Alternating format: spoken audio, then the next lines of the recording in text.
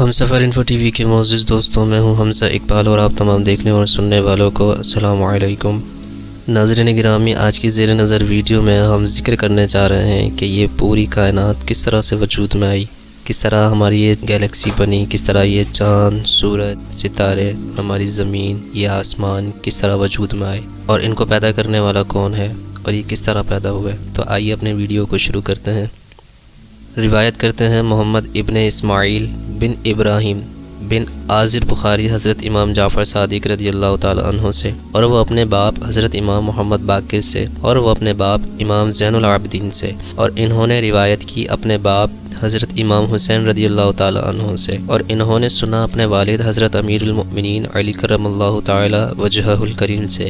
آپ نے فرمایا کہ ایک روز میں جناب رسول خدا صلی اللہ تعالی علیہ وآلہ وسلم کے پاس بیٹھا ہوا تھا کہ جابر ابن عبداللہ انصاری رضی اللہ تعالی عنہ نے آ کر رسول خدا صلی اللہ علیہ وآلہ وسلم سے عرض کی، یا رسول اللہ فداکا، مجھے خبر دو کہ اول اللہ تعالیٰ نے کس چیز کو پیدا کیا؟ جناب رسالت مآب صلی اللہ علیہ وآلہ وسلم نے فرمایا کہ سب سے پہلے اللہ تعالیٰ نے میرا نور پیدا کیا، 1000 برس پہلے کے ایک روز جو اس کا 1000 برس کے برابر ہے، یعنی ایک دن تمہارے رب کے نزدیک 1000 برس کے برابر ہے اس دنیا کے۔ 1000 برس جو تم گنتے ہو وہ نور میرا قدرت الہی سے عظمت اور بزرگی الہی کا مشاہدہ کرتا اور تسبیح و طواف اور سجدہ الہی میں مصروف رہتا۔ اور ابن عباس رضی اللہ تعالی عنہ سے روایت ہے کہ نور محمد مصطفیٰ صلی اللہ تعالی علیہ وآلہ وسلم نے دوبارہ 1000 برس تک عالم تجریدی میں خدا کی عبادت کی۔ پھر حق تعالیٰ نے اس نور کو 4 قسم کر کے، ایک قسم سے عرش کو پیدا کیا، دوسری قسم سے قلم کو، تیسری سے بہشت یعنی جنت کو، اور چوتھی قسم سے عالم ارواح اور ساری مخلوق کو تخلیق کیا۔ اور ان 4 میں سے 4 قسم نکال کر 3 قسموں سے عقل اور شرم و عشق پیدا کیا، اور قسم اول سے عزیز و مکرم تر میرے تئی پیدا کیا کہ میں رسول اس کا ہوں۔ ترجمہ یہ ہے کہ اگر میں نہ پیدا کرتا تم کو اے محمد تو ہرگز نہ پیدا کرتا میں آسمان و زمین اور ساری مخلوق کو۔ اور موافق اس حدیث کے یہ ہے کہ اس کا ترجمہ ہے، حضرت محمد مصطفیٰ صلی اللہ علیہ وسلم نے فرمایا، میں پیدا ہوا ہوں اللہ کے نور سے اور ساری مخلوق کو میرے نور سے پیدا کیا۔ اس کے بعد رب العالمین کا حکم ہوا قلم کو ساق عرش پر اول اس کلمے کو لکھ، یعنی لا الہ الا اللہ محمد الرسول اللہ۔ ترجمہ نہیں ہے کوئی معبود سوائے اللہ تعالیٰ کے، اور محمد صلی اللہ علیہ وآلہ وسلم خدا کے بھیجے ہوئے رسول ہیں۔ قلم نے 400 برس میں لا الہ الا اللہ تک لکھا، اور ایک روایت میں یوں ہے کہ قلم نے جو لا الہ الا اللہ تک لکھا تو عرض کی، یا رب العالمین تو بے ماخذ ہے، تیرے نام کے ساتھ یہ نام بزرگ کس کا ہے؟ پس جناب باری سے آواز آئی، یہ نام میرے حبیب برگزیدہ کا ہے، تو لکھ محمد الرسول اللہ۔ جب یہ حکم ہوا تو ہیبت خطاب جل شانہ سے قلم کے منہ پر شگاف ہوا، تب قلم نے محمد الرسول اللہ، تبھی سے قلم کا شگاف مسنون جاری ہوا قیامت تک، یعنی قیامت تک وہ قلم لکھتا رہے گا ہر آنے والے کے بارے میں۔ اس کے بعد عرش کے اوپر 18,000 برج پیدا کیے، اور ہر برج میں 18,000 ستون کھڑے کیے، اور ہر ستون کے اوپر 18,000 کنگرے بنائے، اور ایک کنگرے سے دوسرے کنگرے تک 700 برس کی راہ ہے، اور ہر کنگرے پر 18,000 قندیل ہیں، ہر ایک ایسا بڑا کہ 7 طبق و زمین آسمان اور جو کچھ اس کے بیچ میں ہے اس میں اس طرح سمائے کہ جیسے ایک انگشتری بیچ میدان کے ڈھال رکھی ہے۔ اس کے بعد 4 فرشتے پیدا کیے، ایک بصورت آدمی، اور دوسرا بصورت شیر، اور تیسرا بصورت گدھا، اور چوتھا بصورت گائے کے ہے۔ پاؤں ان کے تحت الثری میں پہنچے ہوئے، اور مونڈے یعنی منہ ان کے نیچے عرش کے لگے ہوئے ہیں، اور چلنے کے وقت جب قدم اٹھائیں ہر ایک قدم 7,000 برس کی راہ میں جا پڑے۔ خدا کا حکم ہوا ان کو عرش اٹھانے کا، تب ان چاروں نے زور کیا، یعنی زور لگایا، ہرگز نہ اٹھا سکے۔ بعد اس کے جناب باری تعالیٰ سے ارشاد ہوا کہ اے فرشتوں، میں نے تم کو حفظ آسمان و زمین اور جو کچھ بیچ اس کے ہے سب کا زور دیا، عرش کو اٹھاؤ۔ پھر انہوں نے زور کیا تو بھی نہ اٹھا سکے، عاجز ہوئے۔ پھر جناب باری تعالیٰ سے ارشاد ہوا کہ یہ تسبیح پڑھ کر اٹھاؤ، سبحان ذی الملک والملکوت، سبحان ذی العزت والعظمت والہیبت والقدرت والکمال والجلال والکبریاء والجبروت، سبحان الملك الحي الذي لا ينام ولا يموت سبوح قدوس ربنا ورب الملائکۃ والروح۔ ترجمہ: میں تسبیح پڑھتا ہوں اس کی جو بادشاہ اور عالم ملکوت کا صاحب ہے، میں تسبیح پڑھتا ہوں اس کی جو صاحب عزت اور صاحب عظمت اور ذیشان ہے اور قدرت والا اور کمال اور جلال اور بزرگی اور تکبری کے لائق ہے۔ میں تسبیح پڑھتا ہوں اس بادشاہ زندے کی جو نہیں سوتا اور نہیں مرتا، وہ طاہر اور بہت پاک اور ہمارا پروردگار اور فرشتوں اور ارواحوں کا پروردگار ہے۔ جب انہوں نے یہ تسبیح پڑھی، خدا کی قدرت سے عرش کو اٹھا لیا، اور روایت کی گئی ہے کہ اس تسبیح سے بہشت یعنی جنت اور فرشتوں کو پیدا کیا تاکہ چاروں طرف عرش خدا کی تسبیح پڑھیں اور طواف کریں اور مومن بندوں کے لیے بخشش اور معافی چاہیں۔ اللہ تعالیٰ فرماتا ہے کہ جو کہ اٹھا رہے ہیں عرش کو اور جو اس کے ارد گرد ہیں، اپنے رب کی پاکی اور خوبیوں کو بیان کرتے ہیں اور اس پر یقین رکھتے ہیں اور گناہ بخشواتے ہیں۔ ایمان والوں کے اے رب، ہمارے ہر چیز سمائی ہے تیری مہر علم میں، سو تو معاف کر ان کو جو توبہ کریں اور چلیں تیری راہ پر، اور بچا ان کو آگ صدموں سے۔ پہلے لوح محفوظ پر یہ لکھا گیا: بسم اللہ الرحمن الرحیم۔ شروع کرتا ہوں اللہ کے نام سے جو بہت مہربان نہایت رحم والا ہے۔ میں ہوں پروردگار سب کا جو راضی ہے میری قضا پر اور صابر ہے میری بلاؤں پر اور شاکر ہے میری نعمتوں پر جو میں نے مقدر کی ہیں۔ پس شامل کروں گا میں اس کو صدیقوں میں، اور جو راضی نہ ہو میری قضا پر اور صابر نہ ہو بلاؤں پر اور شاکر نہ ہو نعمتوں پر، لازم ہے اسے کہ طلب کرے دوسرے رب کو سوا میرے اور نکل جائے تحت سما سے میرے۔ پس جناب باری تعالیٰ کی طرف سے یہ آواز آئی: مٹاتا ہے اللہ اور ثابت رکھتا ہے جس بات کو چاہتا ہے، اور اسی کے پاس ہے اصل کتاب۔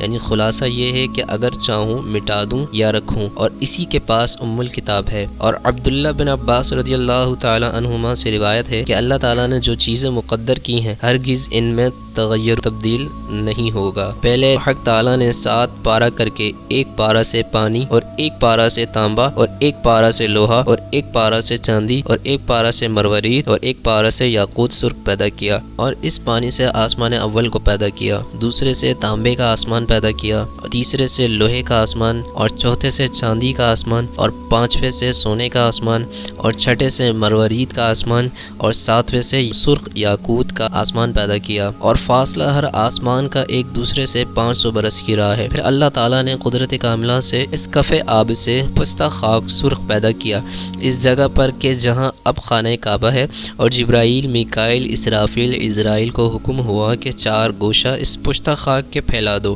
انہوں نے ویسا ہی کیا اور یہ زمین اسی پشتہ خاک سے پیدا ہوئی۔ آیت کا ترجمہ کچھ اس طرح ہے کہ بنایا اللہ تعالیٰ نے زمین کو 2 دن میں، اور روایت ہے کہ عبداللہ بن سلام رضی اللہ تعالیٰ عنہ سے ایک روز احوال زمین کے دریافت کرنے کے واسطے جناب رسول خدا صلی اللہ علیہ وآلہ وسلم کے پاس آئے اور پوچھا: یا رسول اللہ، اللہ تعالیٰ نے اس زمین کو کس چیز سے بنایا؟ ان حضرت صلی اللہ علیہ وآلہ وسلم نے فرمایا کہ کف آب سے۔ پھر پوچھا: وہ کف آب کس سے پیدا ہوا؟ فرمایا: پانی کی موج سے۔ پھر سوال کیا: موج کس سے نکلی؟ فرمایا: پانی سے۔ پوچھا: وہ پانی کس سے نکلا ہے؟ ایک دانہ مروارید سے۔ کہا: مروارید کس سے ہے؟ فرمایا: تاریکی سے۔ کہا: صدقت یا رسول اللہ، آپ نے سچ فرمایا۔ پھر سوال کیا: یا رسول اللہ، زمین کو قرار کس سے ہے؟ فرمایا: کوہ کاف سے۔ کہا: کوہ کاف کس سے بنا ہے؟ فرمایا: زمرد سب سے۔ یا رسول اللہ، اور بلندی کوہ کاف کی کس قدر ہے؟ فرمایا: 500 برس کی راہ، اور ارد گرد یعنی اس کے ارد گرد کا فاصلہ کس قدر ہے؟ فرمایا: 2000 برس کی راہ ہے۔ اور اس پر کوہ کاف کے کیا چیز ہے؟ فرمایا: 7 زمینیں ہیں چاندی کی، اور بعد اس کے کیا ہے؟ فرمایا: 70,000 علم ہے، اور نیچے ہر علم کے 70,000 فرشتے ہیں کہ آدم اس تسبیح سے پیدا ہوئے: لا الہ الا اللہ محمد رسول اللہ۔ کہا: صدقت یا رسول اللہ۔ اور اس طرف کیا ہے؟ ان حضرت صلی اللہ علیہ وآلہ وسلم نے فرمایا کہ ایک اژدہا درازی اس کی 2000 برس کی ہے، یعنی اس کی لمبائی 2000 برس کی ہے، اور یہ سارے عالم یعنی اس کے حلقے میں ہیں۔ کہا: صدقت یا رسول اللہ۔ 7ویں زمین پر کون ہے؟ فرمایا: سب فرشتے ہیں، اور 6ٹھی زمین پر شیطان اور اس کے فرزندان شیطان، اور 5ویں زمین پر وہ سب، اور 4تھی زمین پر سانپ، اور تیسری پر جانوران گزندہ، اور دوسری زمین پر پریوں آسیب، اور پہلی زمین پر سب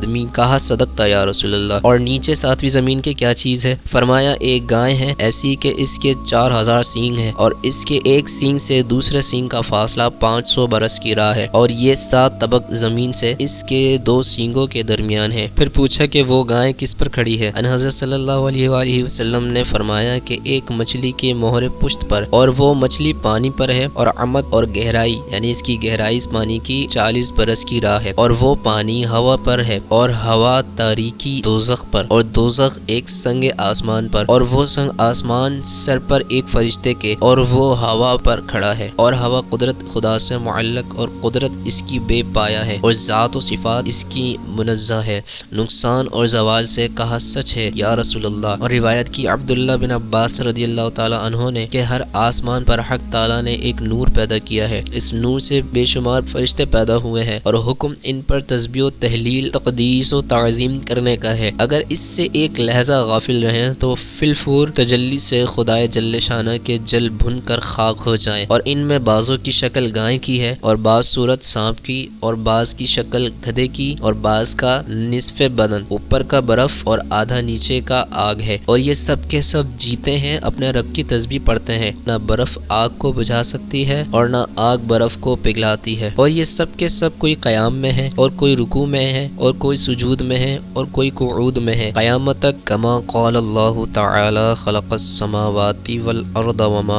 بینہما فی 6 ایام۔ ترجمہ، جیسا کہ حق تعالی نے فرمایا، اللہ تعالی نے آسمانوں کو اور زمینوں کو اور جو بیچ اس کے ہے 6 دن میں پیدا کیا، اور ایسا بڑا وہ دن ہے کہ ایک دن تمہارے رب کے یہاں 1000 برس کے برابر ہے، اس دنیا کے برسوں سے کہ جو تم گنتے ہو، یعنی 1000 برس کا کام ایک دن میں کر سکتا ہے۔ بس جان لو اللہ تعالیٰ میں قدرت ہے، مگر اللہ تعالیٰ نے حکمت کاملہ سے اپنے بندوں کو سمجھایا کہ وہ اپنے کاموں میں ترجیل نہ کریں اور صبر کریں۔ واللہ اعلم بالصواب۔ امید کرتے ہیں کہ آپ کو یہ ہماری ویڈیو ضرور پسند آئی ہوگی، اور اس سے آپ کو بہت کچھ سیکھنے کو ملا ہوگا۔ اللہ نگہبان۔